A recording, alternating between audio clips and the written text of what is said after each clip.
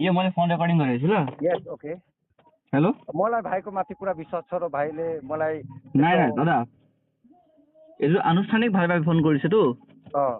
ঠিক আছে, আপোনাৰ আপোনাৰ ভইচটো মই ৰেকৰ্ডিং কৰি থৈছোঁ, ৰেকৰ্ডিং ঠিক কৰি আছে দিছোঁ দেই। ঠিক আছে অঁ কওক। र मलाई भाइको माथि विश्वास पनि छ र অঁ के भन्छ নাই নাই এতিয়াতো ককাই এতিয়াতো আপুনি ফোন কৰিছে, এইটো আপুনি কি বোলে গোৰ্খা ছাত্ৰ সন্থা জিলা কি বৰডুমছা আঞ্চলিক সভাপতি হিচাপে ফোন কৰিছে। মই ছাত্ৰ মুক্তি central committee general secretary Rahul চিছাই কথা পাতি আছোতো। ठीक হয় কওক। अनि हो त्यही हो त। अनि जुन चाहिँ हामीले लेटर तिमीलाई 22 तारिखको इन्भाइटको दिएको थियौँ মানে যোনটো আপুনি মোক এই মুকলি সভালৈ মাতিছিলে নিমন্ত্ৰণ দি মেলি ছাত্ৰ মুক্তি central committee general secretary Rahul Chhetri হিচাপে হয় কি কয় এইটো ইনভিটেশ্যনটো সেইটো কথা কৈছে, কওকচোন। अनि त्यसपछि के भन्छ भाइ নাই এই অসমীয়াতে পঢ়িব আকৌ। जिल्ला र सेन्ट्रलको आदेशको अनुसार हामीले নাই নৰদা हजुर শুনক আকৌ, মইতো মোৰ চেণ্ট্ৰেল কমিটি জমা দিব লাগিবতো, চাগে আপুনি মোৰ হোৱাটছআপ ষ্টেটাছ দেখা নাই।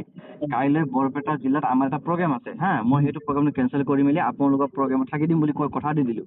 হয় গম পাইছেনে? এতিয়াতো মই যদি কালি আপোনালোকৰ এতিয়া কি ক'ব বিচাৰিছে, মইতো এটা উমান পাই আছোঁ হা, গতিকে মইতো মোৰ চেণ্ট্ৰেল কমিটি জবাব দিব লাগিব ন। আপুনি মোৰ হোৱাটছআপ ষ্টেটাছ চাব লাগিব। কাইলৈ বৰপেটা জিলাৰ মোৰ এইটো আছে প্ৰতিনিধি সভা, মই নাযাওঁ বুলি কৈ মেলি অলৰেডি বেলেগ এজন মানুহ মই এপইণ্ট কৰি দিলোঁ।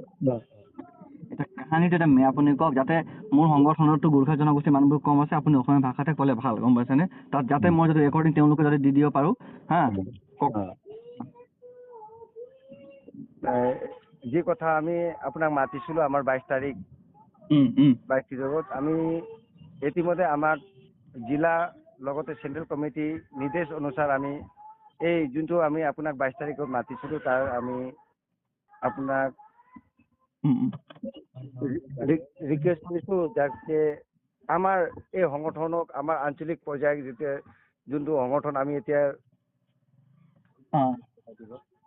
অসুবিধাত নেপেলাই দিব কৈ কিনে আমি আশা ৰাখি আপোনালোকৰ জিলা সমিতি মানে এইটো কি কয় GDC চেয়াৰমেন নে কি আছেতো, প্ৰেম তামাঙৰ ভাইটি নহয় জানো প্ৰেচিডেণ্ট আপোনালোকৰ, অশোক লামা নে কি নাম?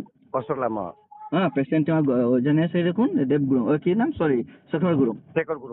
অ'কে, তেওঁলোকে ৰাহুল চেত্ৰীক প্ৰগ্ৰেমত মাতিব নালাগে বুলি কৈছে ন? হয়। আচ্ছা, তাৰপাছত চেণ্ট্ৰেল কমিটিটো প্ৰেচিডেণ্টটো এইটো কি বোলে স্কুলৰ মাষ্টৰ আছিলে যে আগত, এই কিবা সুনীল চেত্ৰী আৰু সদ্যা বলিন চেত্ৰীৰ লগত থাকে দেখি থাকোঁ যে কেতিয়াবা কেতিয়াবা কাৰোবাৰ লগত দেখি থাকোঁ। এই জেনেৰেল ছেক্ৰেটাৰীটো কি নাম এইটো? নুমল চেত্ৰী নহয় জানো? হয় হয় হা হা, তেওঁ মানে চেণ্ট্ৰেল কমিটি সুনীল চেত্ৰী আৰু এফালে নুমল চেত্ৰী জেনেৰেল ছেক্ৰেটাৰী, জিলা সমিতি অশোক লামা প্ৰেচিডেণ্ট, জেনেৰেল ছেক্ৰেটাৰীৰ নামটো কি আছিলে? শেখৰ গুৰুং। তেওঁলোকে বৰডুমছা আঞ্চলিক গোৰ্খা ছাত্ৰ সন্থাৰ 22 তাৰিখৰ দিনা যোনটো মোক মুকলি সভালৈ মাতিছিলে, সেইটো যে ৰাহুল চেত্ৰীক মাতিব নালাগে, তাৰ নিমন্ত্ৰণটো আপোনালোকে ৰাহুল চেত্ৰী মানে ছাত্ৰ মুক্তি চেণ্ট্ৰেল কমিটিৰ জেনেৰেল ছেক্ৰেটাৰী ৰাহুল চেত্ৰীক আপোনালোকে খাৰিজ কৰিছে, যাতে মই আহিব নালাগে। এইটোৱে নহয় জানো মূল কথাটো?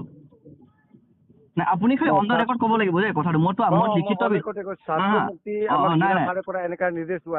ছাত্ৰ মুক্তি কৈ কিনে আহা নাই আমাক। নাই মোৰ শুনক, ৰাহুল চেত্ৰী নহয় ন পৃথিৱীততো। ৰাহুল চেত্ৰীতো কোনো মানুহ নামাতে। এটা যেতিয়ালৈকে মানুহ এটা পজিশ্যনত নাথাকে, যেতিয়ালৈকে মানুহ এটা জেগাত নাথাকে, আজি চাওক মোৰ নিচিনা হাজাৰ হাজাৰ মাৰ্কেটা সমষ্টিত বা অসমৰ গোৰ্খা ল'ৰা পৰে, আপোনাৰ কাকো নাই মতে ৰাহুল চেত্ৰীক মাতিছেতো, তাতো লিখা আছে ৰাহুল চেত্ৰী সাধাৰণ সম্পাদক ছাত্ৰ মুক্তি সংগ্ৰাম সমিতি চেণ্ট্ৰেল কমিটি জেনেৰেল ছেক্ৰেটাৰী বুলি কৈছে। এতিয়া আপোনাক ক'বলৈ বিচাৰিছে আপুনি যে এই গোৰ্খা ছাত্ৰ সন্থাৰ সভাপতি, ইয়াৰ নাম কি? সুনীল চেত্ৰী, আৰু জেনেৰেল ছেক্ৰেটাৰী নুমল চেত্ৰী, আৰু ডিষ্ট্ৰিক্টৰ প্ৰেচিডেণ্ট অশোক কুমাৰ লামা, তাৰপাছত জেনেৰেল ছেক্ৰেটাৰী শেখৰ গুৰুঙে বৰডুমছা আঞ্চলিক গোৰ্খা ছাত্ৰ সন্থাৰ সভাপতি নৰ প্ৰধান আপোনাক ফোন কৰি তেওঁলোকে নিৰ্দেশ দিছে যে ৰাহুল চেত্ৰীক এই মিটিঙত মাতিছিলোঁ, তাক ইমিডিয়েটলি খাৰিজ কৰিব লাগে, তাক সভাত আহিব দিব নালাগে, তাক কেঞ্চেল কৰিব লাগে তাৰ ইনভিটেশ্যনটো, নহয় জানো? অ'কে, ঠিক আছে, মই নাহোঁ হা। বাকী এইটো আমি দুখ পাইছোঁ, আমি সাংগঠনিকভাৱে আপোনালোকে আমাৰ এটা খুব বহুমূলীয় সময়টো আপোনালোকে কষ্ট দিছে। তাৰপাছত বাকী আপোনালোকৰ সাংগঠনিক জীৱন ভাল হওক, ইয়াৰ উত্তৰটো মই বিচাৰিম দেই। হেল্ল'। ইয়াৰ উত্তৰটো মই বিচাৰিম। মোৰ সাংগঠনিকভাৱে আপোনালোকে শুনক, এইটো অপমান দেই, এইটো জাতীয় অপমান বুলি আমি ভাবিছোঁ। সংগঠনটোক আপোনালোকে এনেকা মাতি মেলি এইটো কৰিছে, এইটো জাতীয় অপমান বুলি ভাবিছোঁ হা। আৰু আজিলৈকে ছাত্ৰ মুক্তি বা কৃষক মুক্তিৰ ইতিহাসত গোৰ্খা ছাত্ৰ সন্থাক লৈ আমি কোনোদিনে বেয়া কাম কৰা নাই। গোৰ্খা জনগোষ্ঠীক লৈ আপুনি চাবলৈ যাব orchid park, Kaziranga orchid park চাবলৈ যাব, সেই অৰ্কিড পাৰ্কতো গোৰ্খা জনগোষ্ঠীৰ মিউজিয়াম বনাই থৈছে আকৌ কৃষক মুক্তি সংগ্ৰাম সমিতিয়ে।